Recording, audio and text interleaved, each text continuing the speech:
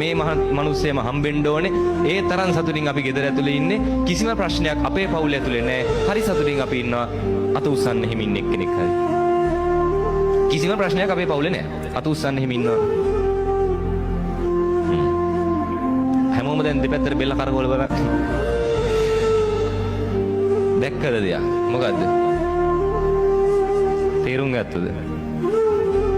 මේ හැම පවුලකම ප්‍රශ්න තියෙනවද නැද්ද? තේරෙනවද ඒක? මේක තේරුම් ගන්නවද? මම ඒකයි මේක පෙන්නුවේ. මේ හැම පවුලකම ප්‍රශ්න තියෙද නැද්ද? තියෙනවා. හැබැයි අපි කොහොමද කියන්නේ? කියනවනේ ගෙදර ඉද්දි අපිට තමයි මේ හැම එකම. කියනවද නැද්ද? කියනවා. හැම ප්‍රශ්නෙම තියෙන්නේ කොහෙද? අපේ ගෙදරම තමයි. හැම එකම අපිට. කියනවනේ. දැන්වත් තේරුම් ගත්ත දෙයක එහෙම නෙවෙයි කියලා. හැම පවුලකම ප්‍රශ්න තියෙනවා. එහෙනම් අපි කරන්න ඕනේ ප්‍රශ්න ආවහම ප්‍රශ්න නැති පවුල් ජීවිත හොයන එකද නැත්නම් ප්‍රශ්න වලට විසඳුම් හොයන එකද?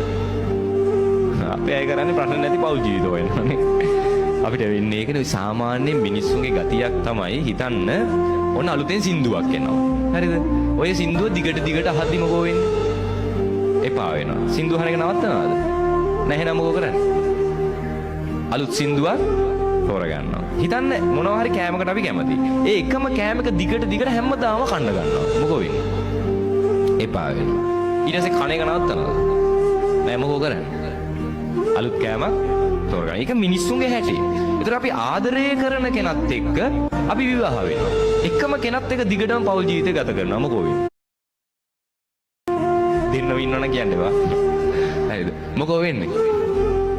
එකම කෙනත් ඒක හැටිනේ. ඒක හැටි. එකම කෙනත් එක දිගට පෞල් ජීවිතය ගත කරද්දි මොකෝ වෙන්නේ? එපා වෙනවා. ඊට පස්සේ මොකෝ කරන්නේ? අලුත් එක අනේ එතෙන්ට බෑනේ. එතෙන්ට බෑ. අපිට අනිත් තැන් වලට ආදේශ ගන්න පුළුවන්. හැබැයි පෞල් ජීවිතේට එහෙම පුළුවන්ද? බෑ. ඇයි ඒ? හැම පවුලකම ප්‍රශ්න තියෙනවා. මතක තියාගන්න අපේ ගෙදර මිනිස්සුගේ තියෙන තමයි ප්‍රශ්න ටික තියෙන්නේ. ප්‍රශ්න නැති මිනිස්සෙක් හොයාගත්තා නම් ඊට වැඩිය හොඳයි කියලා. එහෙම යන්න එපා. මොකද මේ හැම පවුලකම ප්‍රශ්න තියෙනවා. කරන්න තියෙන්නේ මොකද්ද? විසඳන එක. විසඳන්න පුළුවන් ක්‍රම දෙකකින්. එකක් කෑ ගහන්න පුළුවන්, අනිත් එක ආදරෙන් කතා කරන්න පුළුවන්. මොකද්ද හොඳ? වඩාත් ඵලදායී පිළිතුරක් ලැබෙන්නේ තරහෙන් කෑ ගැහුවොත්ද ආදරෙන් කිව්වොත්?